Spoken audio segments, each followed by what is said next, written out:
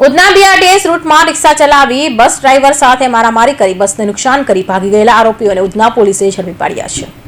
Udhna police મથકનો staff પેટ્રોલિંગમાં હતો ત્યારે બાતમીના આધારે ઉધના બીઆરટીએસ રૂટમાં રિક્ષા હંકારી બીઆરટીએસ બસના ચાલક સાથે મારામારી કરી બસને નુકસાન કરી ભાગી છૂટેલા આરોપીઓ જેમાં મૂળ મહારાષ્ટ્ર દુલિયાનો અને હાલ પાંડેસરા શિવનગર રહેતો અનિકેત સંજય ભામરે, મહારાષ્ટ્રના અમરાવતીનું અને હાલ હરિનગર બે વિજયા નગરમાં રહેતા કાર્તિક બડુભાઈ ગાવડે અને મહારાષ્ટ્રના જલગાંવનો તથા હાલ નવાગામ ડિંડોલી ખાતે શિરડીધામ સોસાયટીમાં રહેતા પવન સંતોષ રાઠોડને ઉધના પોલીસે ઝડપી પાડી ત્રણે વિરુદ્ધ કાયદેસરની કાર્યવાહી હાથ ધરી હતી। ગઈ તારીખ 24ના રોજ બપોરના 3:45 થી 4ના સમયગાળા દરમિયાન ઉધના નવસારી જે બીઆરટીએસ રૂટ છે આજે જે ઉધના પોલીસ સ્ટેશન વિસ્તારમાં આવ્યો છે આ બીઆરટીએસ રૂટ ઉપર બીઆરટીએસના વ્હીકલ અને અન્ય જે ઇમરજન્સી વ્હીકલ્સ હોય છે એના સિવાય કોઈ પણ વ્હીકલને જવાનો પ્રતિબંધ હોય છે।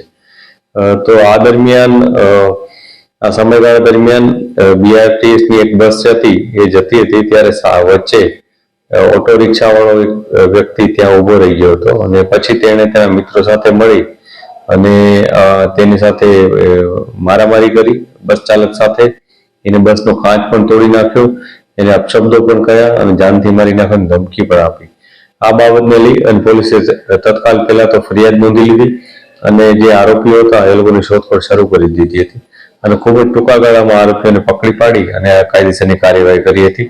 આ આરોપીઓમાં એકનું નામ અનિકેત ભામરે, એક કાર્તિક ગાવંડે અને ત્રીજાનું નામ પવન રાઠોડ છે। પોલીસે આ ત્રણેય વ્યક્તિઓની ધરપકડ કરી છે અને એમના વિરુદ્ધ કાયદેસરની કાર્યવાહી આગળ કરેલ છે।